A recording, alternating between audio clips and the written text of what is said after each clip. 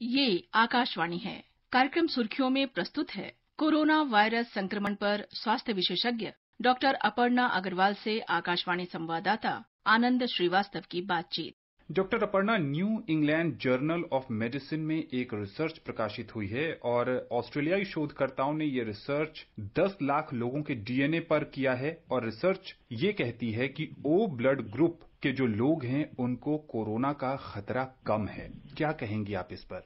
काफी टाइम से ये चल रहा है कि एक पर्टिकुलर ब्लड ग्रुप ज्यादा ससेप्टेबल है और दूसरा ब्लड ग्रुप के लोग कम ससेप्टेबल हैं। तो अभी ऑस्ट्रेलिया से जिन्होंने बहुत सारे लोगों में ये टेस्ट किया है, उन्होंने पाया है कि ओ ब्लड ग्रुप के लोगों में ये कम सीवियर होता है। इससे पहले भी हार्वर्ड से भी एक रिपोर्ट आई थी और भी कंट्री से ये रिपोर्ट्स आई हैं कि ओ ब्लड ग्रुप में पॉजिटिविटी रेट रिलेटिवली कम होता है। लेकिन हार्वर्ड से जो रिपोर्ट आई थी उसमें ये था कि पॉजिटिविटी रेट कम है लेकिन सिवियरिटी में कोई फर्क नहीं है, इंट्यूबेशन रेट में फर्क नहीं है और डेथ में फर्क नहीं है। अभी जो ऑस्ट्रेलिया से रिपोर्ट आई है उसमें उन्होंने ये कहा है कि ओ ब्लड ग्रुप में सिवियरिटी भी कम है। तो ये और कंट्रीज में भी जांच करनी होगी।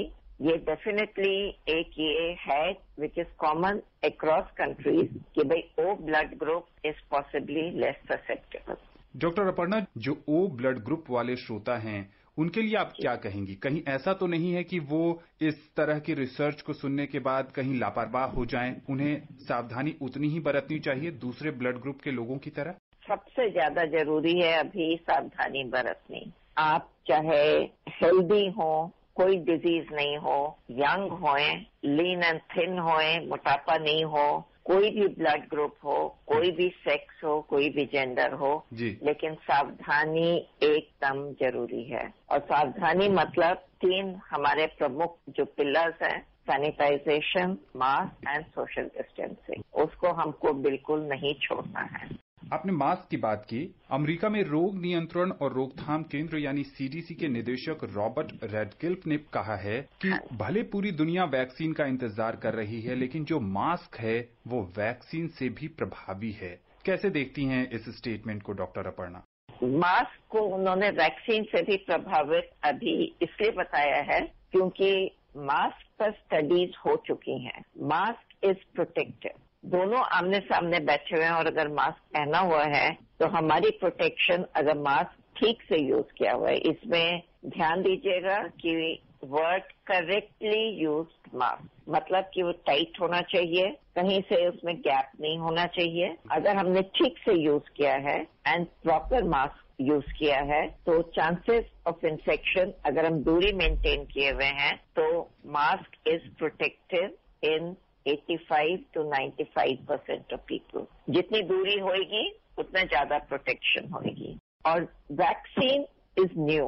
वैक्सीन से अभी कितनी प्रोटेक्शन होगी अभी पूरी तरह से नहीं कह सकते हैं। स्टडीज जो एनालाइज कर रही हैं, अभी भी एनालिसिस चल रही है बहुत जगह। जो प्रिलिमिनरी स्टडीज हैं उसमें वैक्सीन का माध्यम जो प्रोटेक्शन का है वो एंटीबॉडी प्रोटेक्शन से है। तो वो जो इनिशियल रिपोर्ट आ रही हैं उसमें कह रहे हैं कि अबाउट 70% लोगों में शायद एंटीबॉडीज प्रोड्यूस हो रही हैं। तो अगर हम 70% लेते हैं इम्यूनोजेनिसिटी जो उसको बोलते हैं, तो मास्क की प्रोटेक्शन बेटर है, ऐसा उनका कहना है। तो अभी it is too early to assess safety and efficacy of vaccine. तो इसलिए we should not rush for vaccines and forget about mask. Mask बहुत जरूरी है क्योंकि उसकी एफिकेसी हमको मालूम है, उसकी सेफ्टी भी मालूम है कि उससे कोई हार्म नहीं होता है। इसलिए मास्क पहनना अत्यंत जरूरी है, वैक्सीन आ भी जाए तो भी, क्योंकि वैक्सीन में एंटीबॉडीज कितनी मात्रा में प्रोड्यूस होगी, प्रोटेक्टिव होगी नहीं होगी, कितने % लोगों में होगी, वो अभी रिसर्च के जरिए हमको पता करना बाकी है।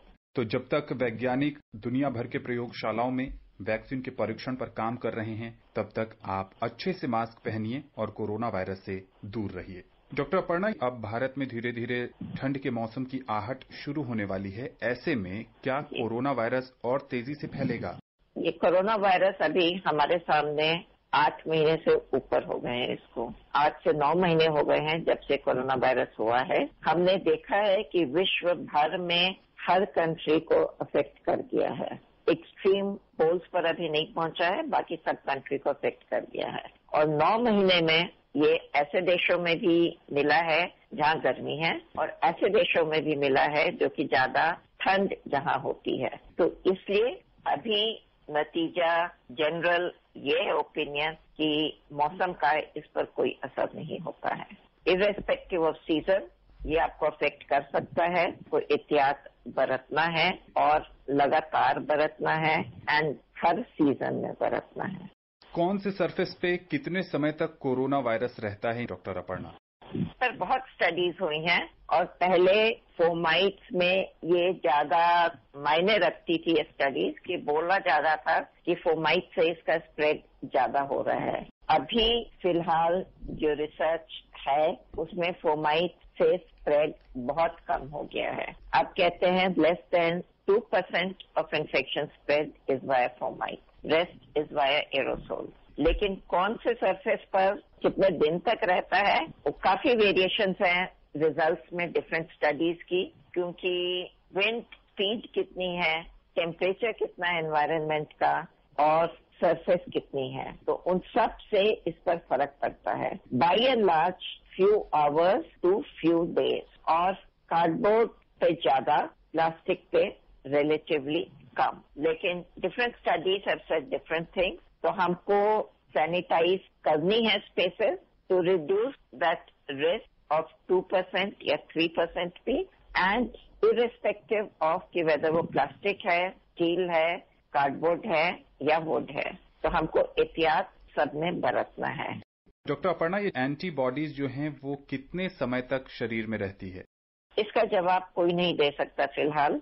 Probably 2 to 6 month. कई ऐसे हमारे कोलीग्स भी रहे हैं, पेशेंट्स भी रहे हैं जो कोरोना से ग्रसित थे, और उनके जब टेस्टिंग हुई है आफ्टर 2 to 3 मंथ, कईयों में एंटीबॉडी लेवल्स बहुत हाई पाई गई हैं और कईयों में डिटेक्टेबल भी नहीं रही हैं। तो इसमें क्यों नहीं डिटेक्टेबल रही, वो क्या अपीयर होकर डिसअपियर हो गई या अपीयर ही नहीं हुई, उसकी अभी हमारे पास पूरी जानकारी नहीं है। कई स्टडीज हुई हैं इस पर जो भी सीरियल मेजरमेंट्स कर रही हैं, तो कईयों ने ये स्टडीज में पाया गया है कि antibody level maximum 4 to 8 weeks के बीच में होते हैं और उसके बाद इट स्टार्ट्स रिड्यूसिंग। कितने परसेंटेज में रिड्यूस होते हैं, क्यों कुछ में जल्दी रिड्यूस होते हैं, क्यों कुछ में ज्यादा एंटीबॉडीज बनती हैं, उसका जवाब अभी नहीं है हमारे पास। डॉक्टर अपर्णा, अगर वायरस म्यूटेट करता है तो जो भी वैक्सीन पर परीक्षण का काम चल रहा है, क्या उसमें बाधा आ जाएगी? आ सकती है। वो डिपेंड करता है कि म्यूटेशन से वायरस का कौन सा पार्ट ऑल्टर हो रहा है, क्योंकि म्यूटेशन वायरस के अलग अलग हिस्सों में हो सकती है। कुछ इसको अफेक्ट करेंगे, कुछ अफेक्ट नहीं करेंगे। वैक्सीन जो हम लोग बना रहे हैं, आपने सुना होगा कि 200 से ज्यादा तरह के वैक्सीन बन रहे हैं। They are all against specific parts of the virus. कुछ किल्ड वायरस हैं, कुछ वायरसेस इनएक्टिवेट किए हुए हैं, कुछ पार्ट ऑफ वायरस ले रहे हैं। कोई एनवेलप ले रहा है, कोई स्पाइक प्रोटीन नाम सुना होगा आपने, कुछ डीएनए वायरस का उससे ले रहे हैं, आरएनए वायरस का ले रहे हैं। तो different part of virus protein use कर रहे हैं वैक्सीन बनाने के लिए। म्यूटेशन किसमें हुई है वो ध्यान देना होगा। तो जिस पार्ट में म्यूटेशन हुई है वो वाला वैक्सीन हो सकता है काम नहीं आए। जिस पार्ट जो यूज किया है अगर उसमें म्यूटेशन नहीं हुई है तो वो काम आएगा। डॉक्टर अपर्णा, आकाशवाणी के इस कार्यक्रम से जुड़ने के लिए आपका बहुत बहुत शुक्रिया। धन्यवाद। अभी आप सुन रहे थे कोरोना वायरस संक्रमण पर स्वास्थ्य विशेषज्ञ डॉक्टर अपर्णा अग्रवाल से आकाशवाणी संवाददाता आनंद श्रीवास्तव की बातचीत। ये कार्यक्रम आकाशवाणी के समाचार सेवा प्रभाग द्वारा प्रस्तुत किया गया। इसे आप हमारे mobile app news on AIR पर भी सुन सकते हैं। इस कार्यक्रम के संबंध में अपनी प्रतिक्रिया आप हमें ईमेल कर सकते हैं। पता है airnsttalks@gmail.com। ये कार्यक्रम फिर से सुनने के लिए लॉग ऑन करें हमारी वेबसाइट newsonair.com।